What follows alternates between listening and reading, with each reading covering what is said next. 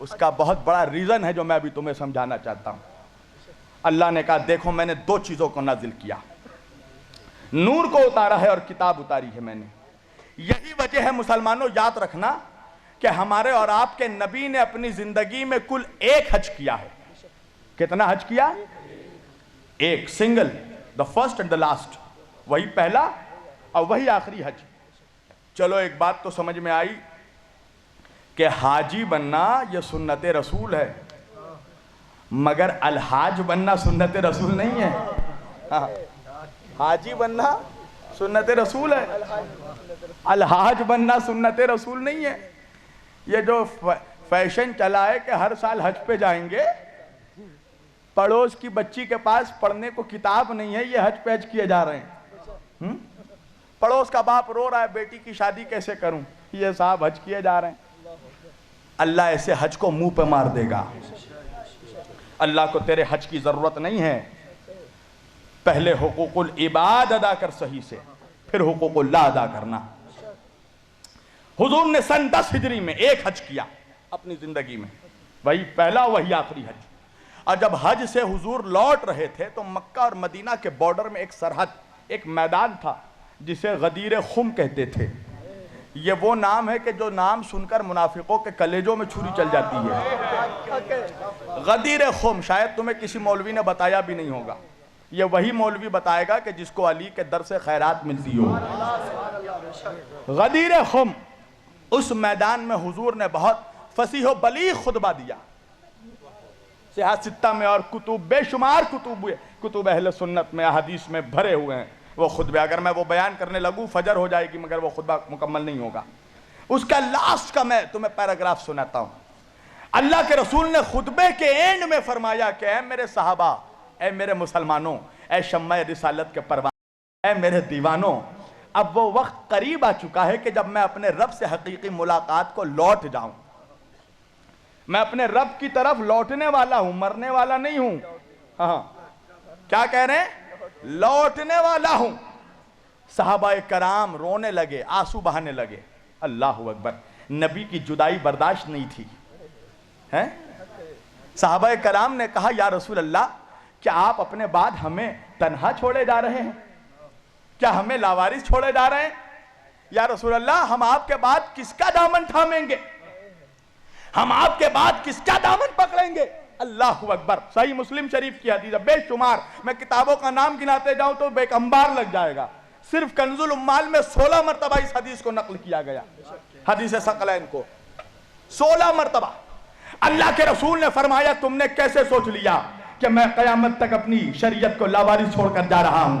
कहा या रसूल अल्लाह, तो अपने बात किसे छोड़े जा रहे हैं? हुजूर ने फरमाया इन्नी तारिकुन फीकुम अस्सक़लैन, किताब अल्लाह की व इतरती व अहले बैती, मैं अपने बात दो भारी चीजें छोड़े जा रहा हूं। एक अल्लाह की किताब है, एक मेरी इतरत है, मेरे अहले बैत है। इन दोनों का दामन थाम कर रखना, कभी गुमराह नहीं होगे।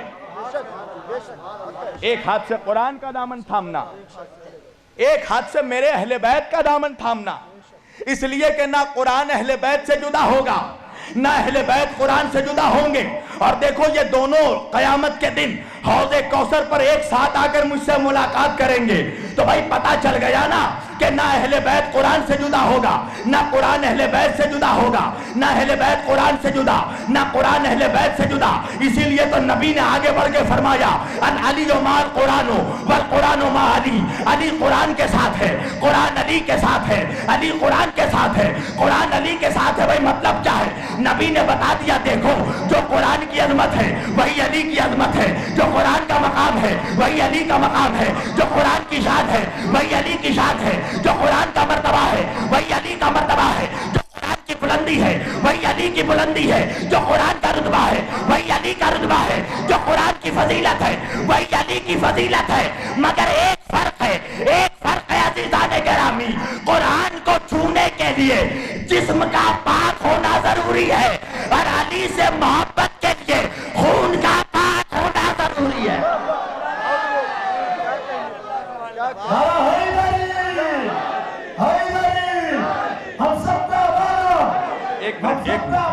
एक मिनट अब नारा वही लगाएगा अली का जिसका खून पाक होगा। अब लगाइए नारा। हम सबका वाला, हम सबका वाला, बिल्कुल तो वाला, बिल्कुल तो वाला, बिल्कुल तो वाला, कब्र का वाला, बूज़र का वाला, बूज़र का वाला, काबे में विरादत, काबे में विरादत, मस्जिद में शहादत, मस्जिद में शहादत, तेरी कब्र के अंदर, तेरी कब्र के अंदर, तेरी कब्र के बाहर, तेरी कब्र के बाहर, तेरे हाथों में बैठ के नारा हैदरी, नारा हैदरी। इन्नी तारिकुन फीकुम अस्सक़लैन। अल्लाहु अकबर। अल्लाह के रसूल फरमा रहे मैं तुम्हारे दरमियान दो भारी चीजें छोड़े जा रहा हूं। एक मेरी इतरत है, अहले बैत, एक कुरान है। सहाबा कराम ने पूछा, इमाम फखरुद्दीन राजी रहमतुल्लाह लिखते हैं, आज का मौलवी जिसके कदमों के बराबर भी नहीं हो सकता। इमाम फखरुद्दीन राजी रहमतुल्लाह साहिब तफसीर कबीर लिखते हैं, क्या सहाबा कराम ने पूछा, या रसूल अल्लाह ये किताब तो समझ में आ गई कुरान मजीद, ये आपकी इतरत, आपके अहले बैत कौन है? अल्लाह के रसूल ने फरमाया, हुम अलीयो वल फातिमतो वल हसनो वल हुसैनो व आलिही व ज़ुर्रियतिही। अली, फातिमा, हसन और हुसैन, इनकी औलादे पाक, इनकी नस्लें पाक मेरी अहले बैत है, मेरी इतरत हैं। इन दोनों का दामन थाम कर रखना। सकलैन, मैं दो भारी चीजें छोड़े जा रहा हूं। पता है सकलैन अरबी में भारी, वजन, वजन को कहते हैं सिक्ल, वजनी चीज को कहते हैं सिक्ल। याद रखना, अरबी ग्रामर और संस्कृत, हाँ, अरबी और संस्कृत ग्रामर दुनिया के तमाम ग्रामर से डिफरेंट है। वो इसलिए कि दुनिया के सारे ग्रामर में, सारे लैंग्वेजेस के ग्रामर में एक के लिए वाहिद आता है, दो या दो से ज्यादा के लिए जमा आता है। मगर अरबी वो ग्रामर है कि जिसमें एक के लिए वाहिद आता है, दो के लिए सीग़े तस्निया आता है, तस्निया, और तीन या तीन से ज्यादा के लिए जमा का सीगा आता है। यानी जब दो शय बराबर की हो तो तस्निया का सीगा आता है।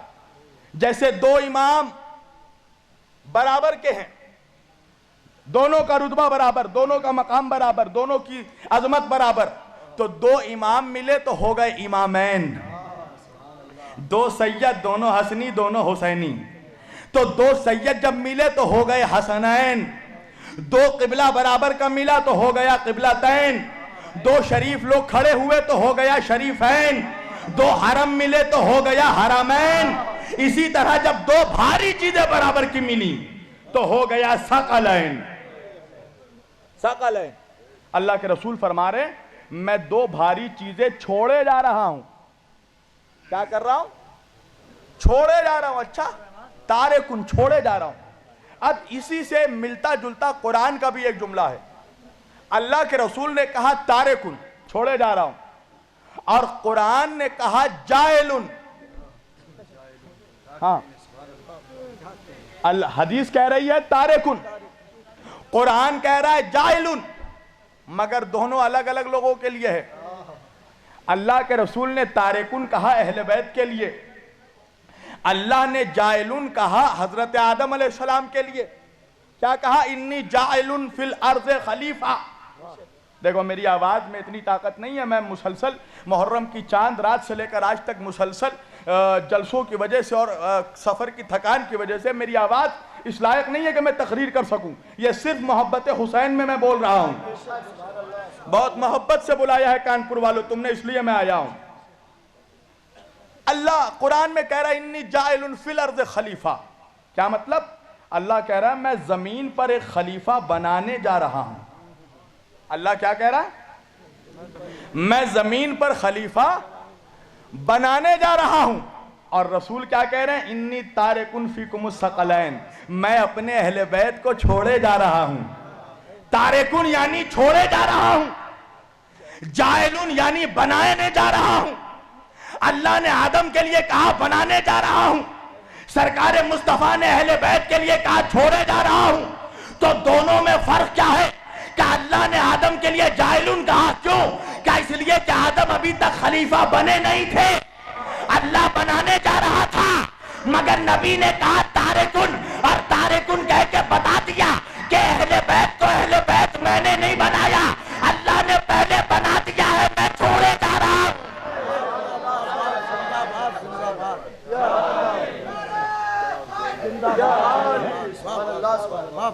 मैं छोड़े जा रहा हूं, बनाने वाला तो अल्लाह है। मेरे अहले बैत भी मैंने नहीं बनाए हैं, अल्लाह ने बनाया है। अल्लाह ने चॉइस कर लिया किसको मेरा नवासा बनना है, कौन मेरी बेटी होगी, कौन मेरा दामाद होगा, कौन मेरा भाई होगा। छोड़े जा रहा हूं।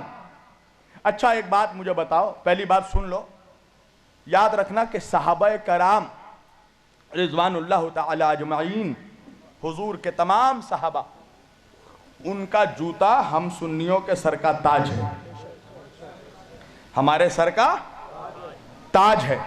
और अज़वाज मुतहरात, नबी की बीवियां, उनके कदमों से लिपटे हुए जूते और उस जूते से निकली हुई जो खाक है वो हमारी आंखों का सुरमा है। याद रखना, ताकि बाद में कोई बात मिक्स ना कर दे। सुन्नियों को गलत सुनने की बहुत बीमारी हो गई आजकल। मौलवी बोल के खुद जाएंगे शब्बीर साहब, और बयान कुछ और किया जाएगा बाद में। याद रखना, रिकॉर्ड हो रहा है, फिर से सुनना इसको, इस रिकॉर्डिंग को। सहाबा कराम का जूता शब्बीर अली वारसी के सर का ताज, अज़वाज मुतहरात के कदमों की खाक शब्बीर अली वारसी के आंखों का सुरमा। मगर फिर भी जो हकीकत है वो तो बयान करना पड़ेगा। ये बताओ मुसलमानों के अल्लाह के रसूल ने ये क्यों नहीं कहा कि मैं कुरान और सहाबा को छोड़े जा रहा हूं। अल्लाह के रसूल कह सकते थे मैं कुरान और अपने सहाबा को छोड़े जा रहा हूं। अल्लाह के रसूल कह सकते थे मैं कुरान और अपने अज़वाज को छोड़े जा रहा हूं। एक मौलवी साहब कहने लगे कि हुजूर ने जो कहा ना कुरान और अहले बैत को, तो अहले बैत से मुराद पूरी उम्मत है, हैं? अच्छा, मैंने कहा अकल के गंजे तेरे जैसे शख्स को हुजूर छोड़कर जाएंगे, हैं? बताइए। बोले कुरान और पूरी उम्मत। अच्छा बताओ क्या रीजन क्या है। और सुन लो, तुमसे एक रिवायत बयान की जाती है, याद रखना ये कितनी बड़ी साजिश है। हदीस क्या बयान की जाती है कि अल्लाह के रसूल ने फरमाया कि मैं कुरान और सुन्नत छोड़कर जा रहा हूं। मेरा चैलेंज है, चैलेंज, मैं मौलवियत छोड़ दूंगा अगर सिहासित्ता में सही बुखारी, सही मुस्लिम, सही तिरमिजी, इब्ने माजा, इब्ने दाऊद, इन सिहासित्ता में जो कुतुब सहीहा मानी जाती है अहले सुन्नत में कुरान के बाद, इन हदीस की किताब में एक भी जगह मुझे अगर यह रिवायत दिखा दी गई कि अल्लाह के रसूल ने कहा कि कुरान और सुन्नत छोड़कर जा रहा हूं, तो मैं मौलवियत छोड़ दूंगा। पूरे सियासत्ता में है ही नहीं ये रिवायत कि कुरान और सुन्नत छोड़कर जा रहा हूं। अल्लाह के रसूल ने कहा कुरान और अहले बैत छोड़कर जा रहा हूं, कुरान और अपनी आल को छोड़कर जा रहा हूं, अहले बैत छोड़कर जा रहा हूं। तो सवाल उठता है ना, क्यों नहीं कहा कि कुरान और सहाबा छोड़कर जा रहा हूं, कुरान और अज़वाज छोड़कर जा रहा हूं। भाई ये बताओ कि मैं माइक में यहां तकरीर कर रहा हूं, अभी तकरीर करने के बाद मैं कहूंगा कि अब्दुल अजीज भाई मैं यहां पर ये माइक्रोफोन छोड़कर जा रहा हूं, ये बॉक्स छोड़कर जा रहा हूं, ये कालीन छोड़कर जा रहा हूं, ये स्टेज छोड़कर जा रहा हूं, ये कुर्सियां छोड़कर जा रहा हूं, तो अब्दुल अजीज भाई मुझसे कहेंगे ना मौलाना इतना जो जोश में बोल रहे हैं कि माइक छोड़कर जा रहा हूं, बॉक्स छोड़कर जा रहा हूं, कालीन छोड़कर जा रहा हूं, जरा इंसाफ से बताइए कि अपने घर से ये सारी चीजें आप लेकर आए थे? हैं? क्या अपने घर से लेकर आए थे? इसलिए कि छोड़ा वो चीज जाता है जो लेकर आया गया हो। अगर मैं कहूं कि मैं ये मफलर छोड़कर जाऊं तो सही है, अगर मैं कहूं ये अमामा छोड़कर जाऊंगा तो सही है, अगर मैं कहूं ये आबा छोड़कर जाऊंगा तो सही है, क्योंकि मैं इसे लेकर आया हूं। तो छोड़ा वो चीज जाता है जिसे लेकर आया गया हो। अब मैं क्या करूं कि अल्लाह का रसूल, अल्लाह के पास से मेरे नबी फकत दो चीज लेकर आए थे, कुरान को सीने में लेकर आए थे, अहले बैत को खून में लेकर आए थे। नारे तकबीर, नारे रिसालत, नारे हैदरी। मुझे पता है तुम क्यों नहीं बोल रहे हो। तुम्हें मौलवियों ने अहले बैत की दुश्मनी का वो डोज पिला दिया है कि तुम्हारा खुमार नहीं टूट रहा है, तुम्हारी आदत हो गई है चंदा और फितरा पे तकरीर सुनते सुनते जवान होने की। तुम्हें अहले बैत की तकरीर समझ में नहीं आ रही है? तुम्हें वो जाली तेल पिला दिया है मौलवियों ने, क्या तुम्हें आज घी नहीं हजम हो पा रहा? अजीब बात है। हम चंदा वाले नहीं हैं।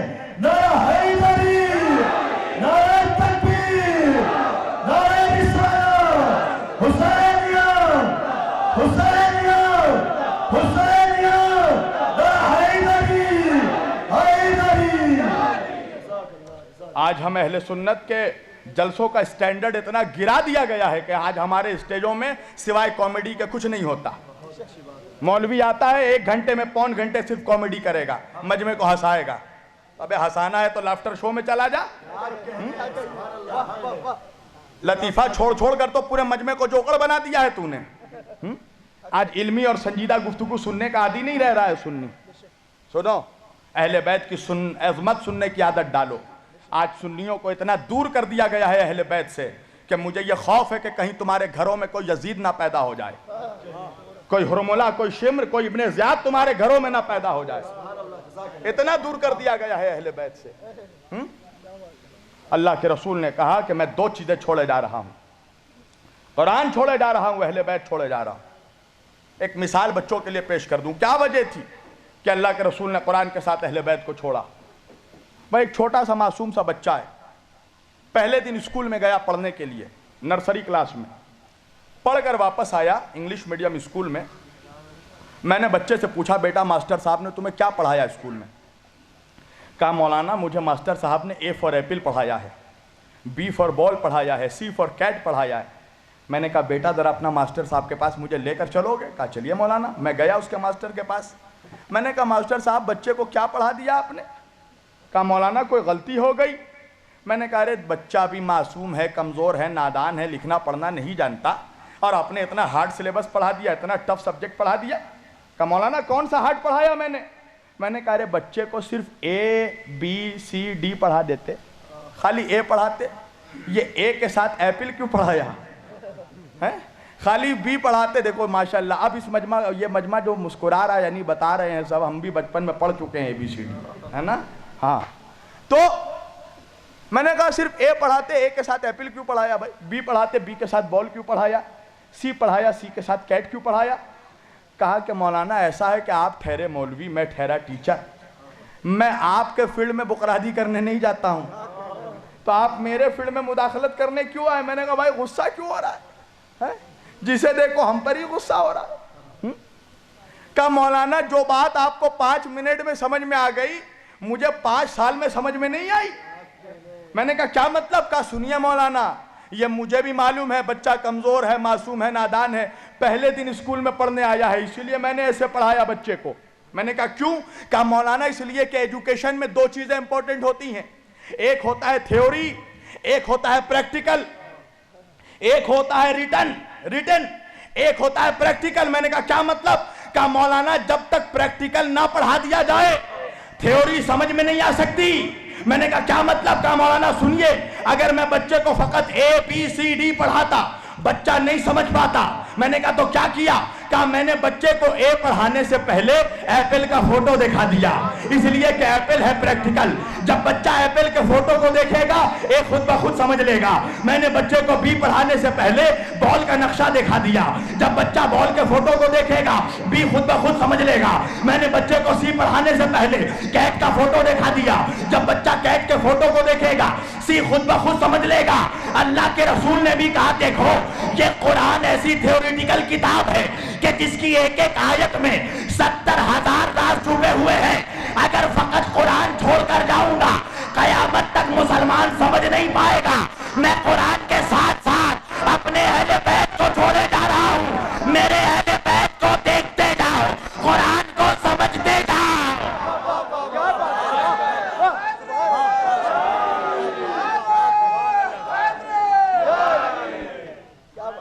मेरे अहले बैत को देखते जाओ। अहले बैत